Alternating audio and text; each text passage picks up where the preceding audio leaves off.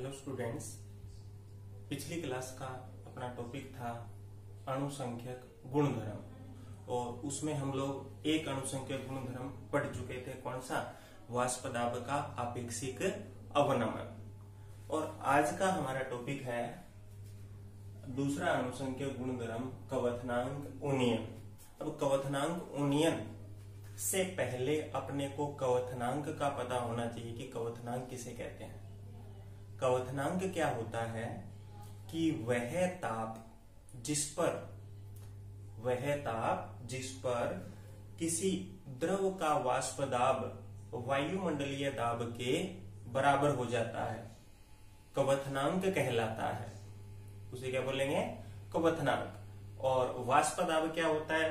पिछली क्लास में हम लोग पढ़ चुके हैं कि जब वह ताप जिस पर किसी पदार्थ की द्रव और वाष्प अवस्थाएं साम्य में हों तो वाष्प के द्वारा द्रव की सतह पर डाला गया दाब क्या कहलाता है? वाष्प दाब। और कवथनांक किसे कहेंगे? वह ताप जिस पर किसी द्रव का वाष्प दाब वायुमंडलीय दाब के बराबर हो जाए, उसे क्या बोलेंगे? कवथनांक। तो कवथनांक किसे कहेंगे? वह ताप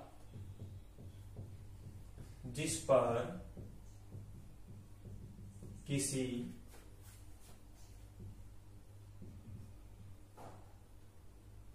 पदार्थ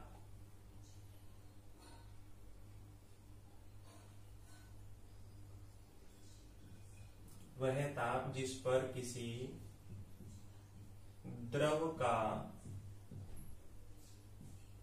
वाष्प दाब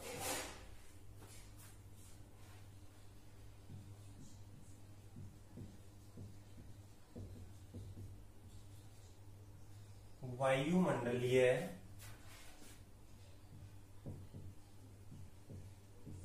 दाब के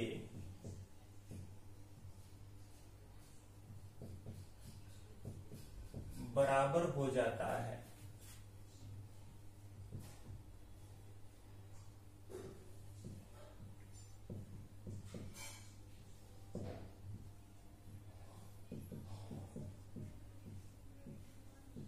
कवथनांक कहलाता है। तो कवथनांक का पता चल गया होगा आपको। किसे कहेंगे? वह ताप जिस पर किसी द्रव का वाष्प दाब क्या हो? वायुमंडलीय दाब के बराबर हो जाए, उसे क्या बोलेंगे? कवथनांक। और हमको पढ़ना क्या है? कवथनांक उन्नयन। कवथनांक उन्नयन क्या होता है? देखो कि जब किसी शुद्ध वाष्पशील विलायक में अवाष्पशील विलेय पदार्थ घोलते हैं, क्या करते हैं? शुद्ध वाष्पशील विलायक में अवाष्पशील विलेय पदार्थ घोलते हैं तो विलयन का जो वाष्प दाब है वो विलायक की तुलना में क्या हो जाता है? कम हो जाता है। ये बात हम लोग पहले अणुसंख्यक गुणधर्म कौन सा? वाष्प दाब का आपेक्षिक अवनमन, उसमें पढ़ चुके हैं। तो किसी शुद्ध वाष्पशील विलायक में अवाष्पशील विलेय पदार्थ घोलेंगे तो विलयन का वाष्प दाब विलायक की तुलना में क्या हो जाएगा? कम हो जाएगा। और ऐसी कंडीशन में अब विलयन जो है उसका वाष्प दाब तो क्या है? कम है, और विलायक का वाष्प दाब क्या है? अधिक है। तो जब वायुमंडलीय दाब के बराबर आने के लिए विलायक का कवथनांक है वायुमंडलीय दाब हम लोग जानते हैं 1 एटमॉस्फेयर होता है। तो विलायक है वो तो वायुमंडलीय दाब के ऊपर आसानी से आ जाएगा, यानी उसका कवथनांक तो क्या हो गया? कम हो गया। विलयन का वाष्प दाब कम है तो वायुमंडलीय दाब के बराबर आने के लिए अधिक टेम्परेचर की आवश्यकता होगी, इसलिए विलयन का कवथनांक क्या हो गया? अधिक हो गया। और विलायक की तुलना में विलयन के कवथनांक में इस विलयन के कवथनांक में जो वृद्धि होगी उसे क्या कहते हैं? कवथनांक उन्नयन। और इस कवथनांक उन्नयन को समझने के लिए हम लोग क्या करते हैं, वाष्प दाब और ताप के मध्य आरेख खींचते हैं। किसके बीच में आरेख खींचेंगे,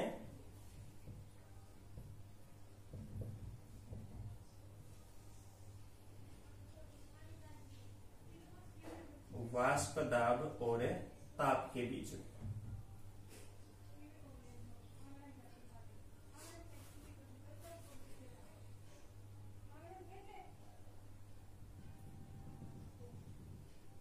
वाष्प दाब और ताप के बीच में आरेख खींचते हैं तो इस तरह के आरेख अपने को प्राप्त होते हैं। ये तो किसके लिए है,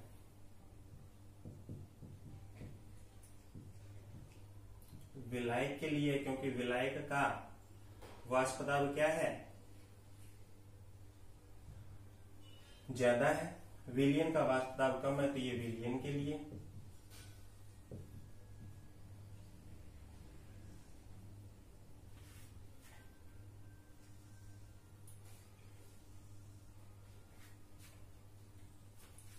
विलायक के वाष्प दाब को हम लोग विलायक के क्वथनांक को P0B से और विलयन के क्वथनांक को TB से प्रदर्शित कर रहे हैं। विलायक के क्वथनांक को किससे, T0B, और विलयन के क्वथनांक को TB से प्रदर्शित कर रहे हैं।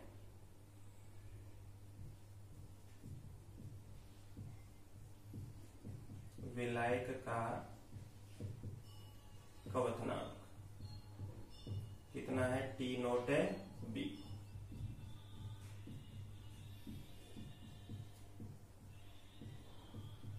और विलयन का क्वथनांक है TB। और क्वथनांक में विलायक की तुलना में विलयन के क्वथनांक में ये जो वृद्धि होती है इसको बोला जाता है क्वथनांक उन्नयन, डेल TB। इसको क्या बोलेंगे, विलायक की तुलना में विलयन का क्वथनांक क्या हो गया, बढ़ गया, तो इसको बोलते हैं क्वथनांक उन्नयन, यानी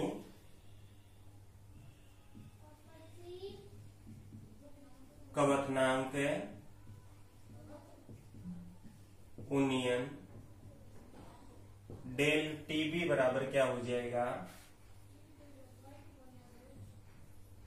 TB माइनस T0B। विलयन का क्वथनांक ज्यादा है और विलायक का कम है, इनका अंतर क्या कहलाएगा, क्वथनांक उन्नयन। और क्वथनांक उन्नयन जो है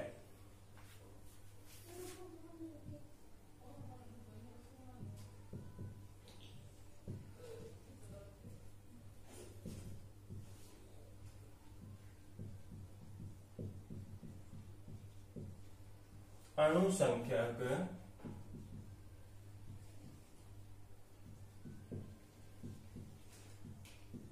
गुणधर्म होता है, जो मोललता के क्या होता है, समानुपाती होता है। अर्थात डेल TB समानुपाती M। और ये वाष्प दाब में जो अंतर है वो क्या हो जाएगा, डेल P। तो हम लोगों ने यहां क्या किया, वाष्प दाब और ताप के बीच में आरेख खींचा है। तो वाष्प दाब, और हम लोग जानते हैं कि विलायक का वाष्प दाब क्या है, ज्यादा है, विलयन का वाष्प दाब कम है।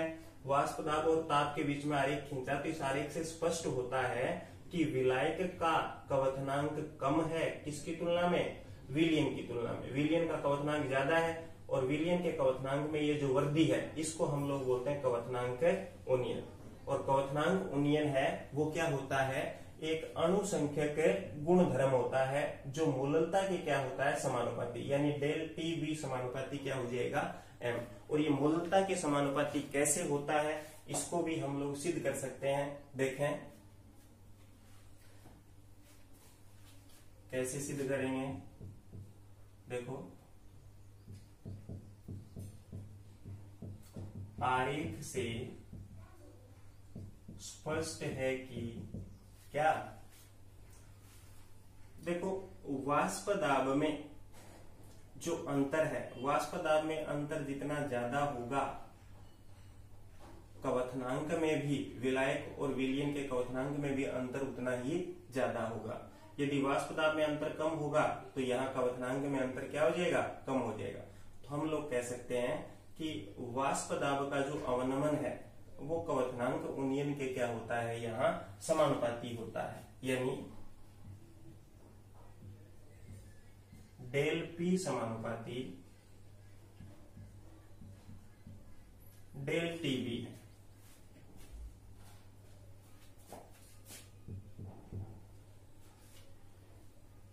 चूंकि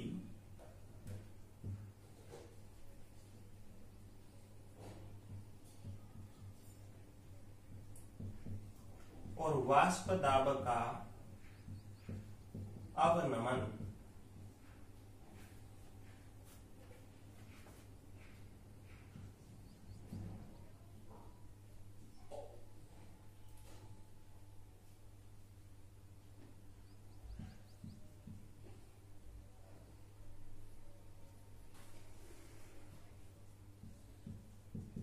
विलय की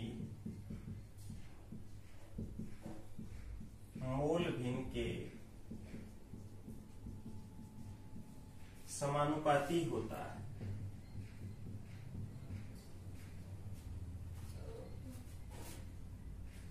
यानी डेल पी समानुपाती एक्स बी। ये कहां से आया, देखें वाष्प दाब के अवनमन में हम लोगों को एक समीकरण प्राप्त हुई थी, क्या,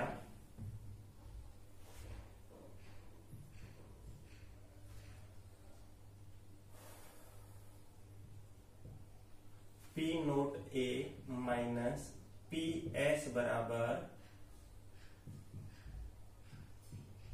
पी नोट ए एक्स बी। और ये क्या है, वाष्प दाब का अवनमन, यानी डेल पी बराबर पी नोट ए एक्स बी।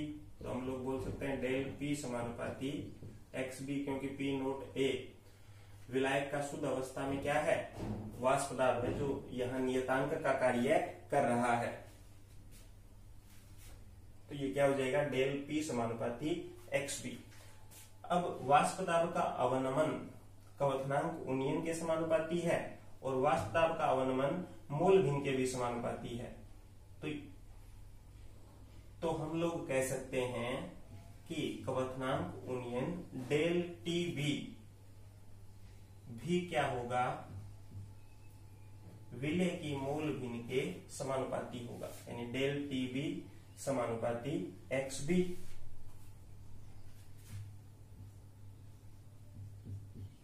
और डेल टी बी बराबर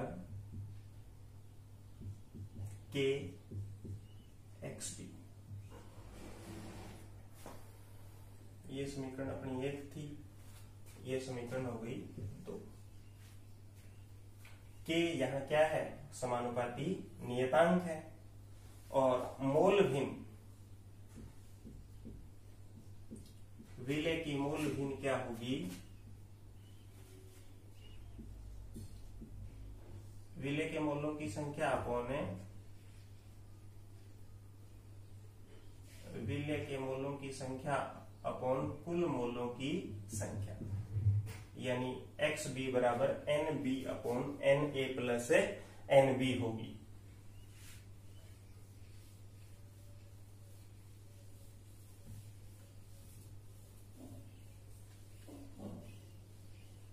और हम लोग जानते हैं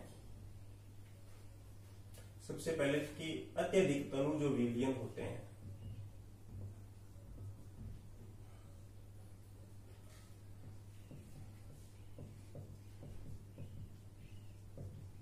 अत्यधिक तनु विलयनों में विलायक की तुलना में विलेय पदार्थ नगण्य होता है।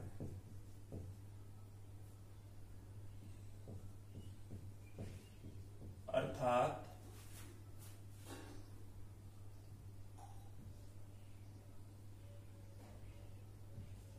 N A is greater than क्या होता है एन बी। इसलिए N A plus N B बराबर हम लोग लगभग बराबर क्या ले लेते हैं एन ए, यानी एक्स बी बराबर क्या रह गया N B upon N A. और मोलों की संख्या बराबर क्या होता है द्रव्यमान अपॉन मोलर द्रव्यमान। मोलों की संख्या बराबर क्या होता है द्रव्यमान अपॉन मोलर द्रव्यमान। तो विलेय के मोलों की संख्या विलेय का द्रव्यमान अपॉन विलेय का मोलर द्रव्यमान।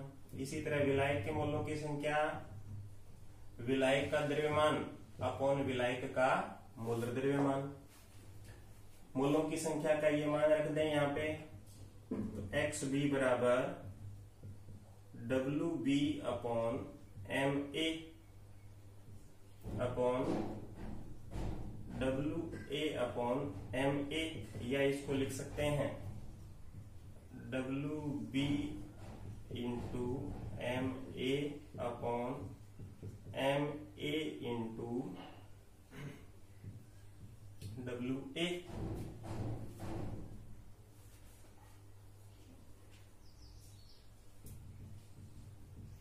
समीकरण 2 में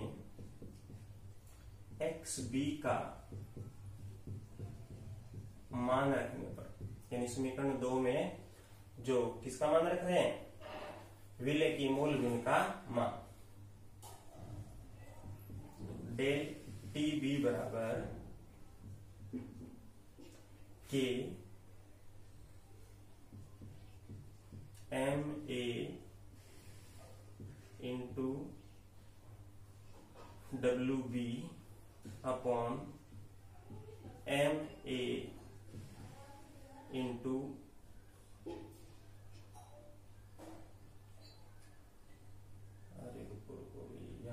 डब्ल्यू बी।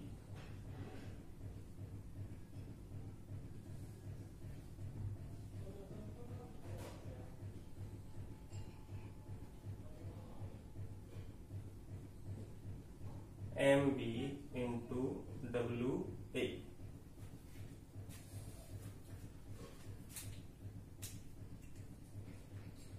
और देखो हम लोग जानते हैं कि मोललता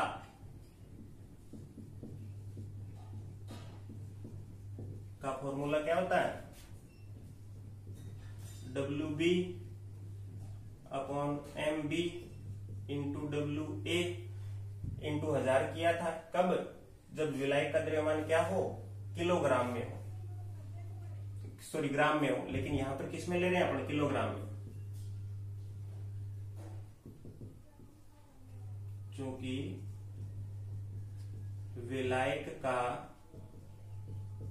द्रव्यमान डब्ल्यू ए किस में है किलोग्राम में है।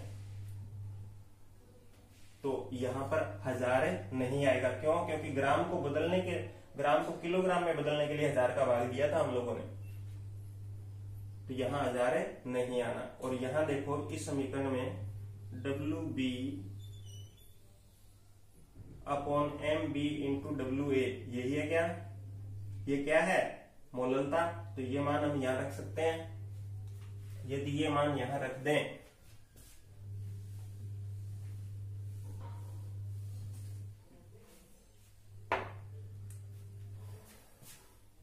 तो ये क्या हो गया डेल टी बी बराबर के एम ए मोललता। और यहां जो समानुपाती नियतांक के और एम ए का गुणनफल एक नया क्या कहलाता है नियतांक कहलाता है, जिसको बोलते हैं मोलल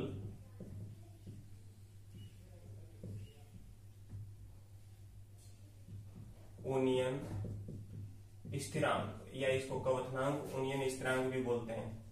के बी बराबर के इंटू एम ए। तो डेल टी बी बराबर क्या आ गया, के बी एम। यही बात हम लोगों को स्पष्ट करनी थी। हम लोग ये डायरेक्ट भी लिख सकते हैं और अपने को स्पष्ट करना हो तो ऐसे स्पष्ट कर सकते हैं कि जो कवथनांक उन्नयन है वो मोललता के क्या होता है, समानुपाती। समानुपाती कैसे होता है कि पीछे जो आरेख था उस आरेख से स्पष्ट हो रहा था कि जो वाष्प दाब का अवनमन है वो कवथनांक उन्नयन के क्या होता है, समानुपाती होता है। और वाष्प दाब का अवनमन हम लोगों को पता है कि विलय की मोल भिन्न के क्या होता है, समानुपाती। डेल पी समानुपाती एक्स बी होता है। और यदि वाष्प दाब का अवनमन एक्स बी के समानुपाती है तो डेल पी समानुपाती डेल टी बी है। इसका अर्थ डेल टी बी समानुपाती क्या हो गया, एक्स बी। तो डेल टी बी बराबर के एक्स बी आ गया। के यहाँ क्या है, समानुपाती नियतांक है। और विलय की मोल भिन्न एक्स बी बराबर क्या होगा, N B upon N A plus N B. क्योंकि मोल भिन्न क्या होती है, जिसकी मोल भिन्न ज्ञात कर रहे हैं उसके मोलों की संख्या अपॉन कुल मोलों की संख्या। और जो बहुत ज्यादा तनु विलयन होते हैं उनमें विलायक की तुलना में विलय पदार्थ क्या होता है, नगण्य होता है। नगण्य होता है तो विलयन के अंदर अपन विलय की मात्रा को नगण्य मान ले तो N A plus N B बराबर क्या आ गया, एन ए। तो डब्ल्यू बी बराबर क्या हो गया, N B upon N A. और एन बी बराबर क्या है, एन बी है विलय के मोलों की संख्या। और मोलों की संख्या बराबर हम लोग जानते हैं क्या होता है, द्रव्यमान अपॉन मोल द्रव्यमान। तो W B upon M B. और एन ए विलायक के मोलों की संख्या, तो द्रव्यमान अपॉन मोल द्रव्यमान, ये मान रख दिए। तो एक्स बी बराबर हमारे पास क्या गया, W B into M A upon M B into W A. समीकरण 2 में ये मान रख दिया, मान रखा। और हम लोग जानते हैं कि मोललता बराबर होता है W B upon M B into W A. यहाँ पर हम लोग 1000 भी लिखते हैं, फॉर्मूले में लिखा था। क्यों, क्योंकि जब विलायक का द्रव्यमान ग्राम में था तो उसको किलोग्राम में बदला था। यहाँ पहले से ही किलोग्राम में है तो यहाँ 1000 नहीं आएगा। अब ये वैल्यू किसकी है, मोललता की है। इसकी जगह हम लोगों ने मोललता रख दी। और जो समानुपाती स्थिरांक के था और एम ए का गुणनफल एक नया स्थिरांक कहलाता है जिसको बोलते हैं कवथनांक उन्नयन स्थिरांक या मोलल उन्नयन स्थिरांक। तो डेल टी बी बराबर क्या आ गया, के बी एम। यही अपने को सिद्ध करना था।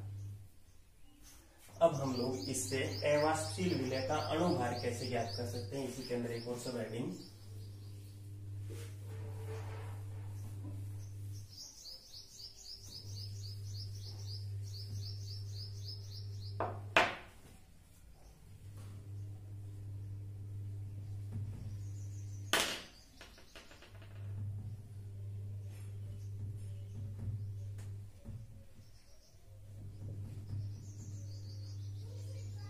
अवाष्पशील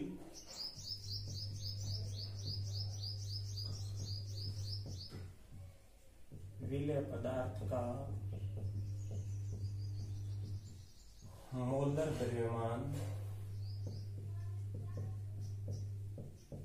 ज्ञात करना। हम लोग जानते हैं कि डेल टी बी बराबर क्या होता है, के बी एम। चूंकि मोललता बराबर क्या होता है, W B into 1000 upon M B into W A. ये वैल्यू रख दें तो डेल टी बी बराबर K B into W B into 1000 upon M B into W A. इस समीकरण से अवाष्पशील विलय का मोलर द्रव्यमान हम लोग आसानी से ज्ञात कर सकते हैं। यहां के बी क्या है,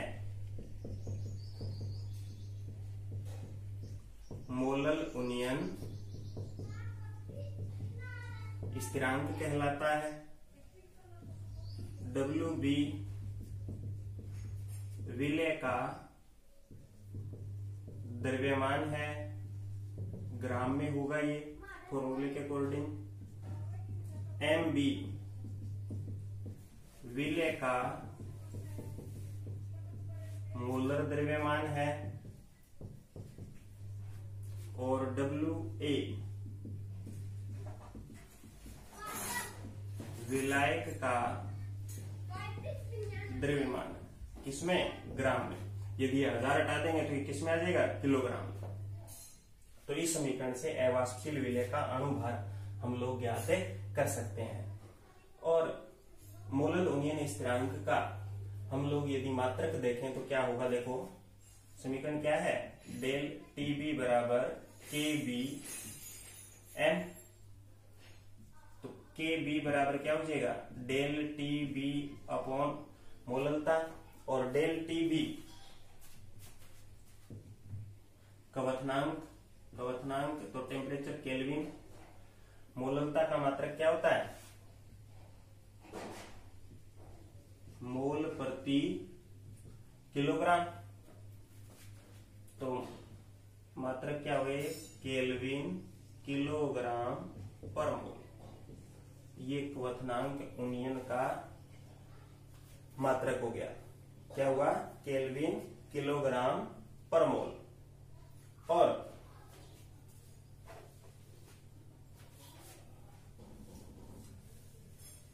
क्वथनांक उन्नयन स्थिरांक जो है KB,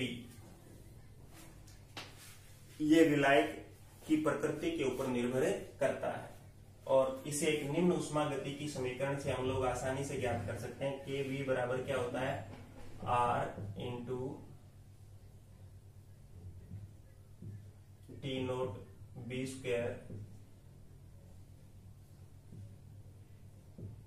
MA upon del H vaporization into 1000।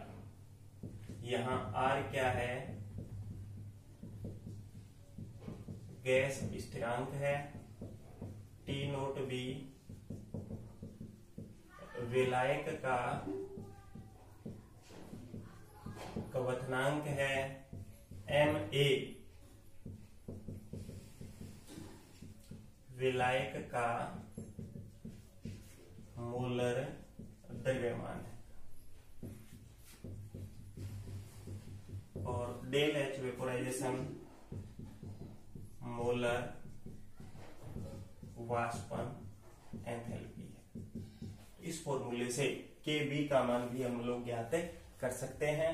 तो ये क्वथनांक उन्नयन अणुसंख्या गुणधर्म दूसरा हम लोग कंप्लीट कर चुके हैं, और इससे आगे तीसरा अणुसंख्या गुणधर्म है वो हम लोग कल पढ़ेंगे। Okay, thank you.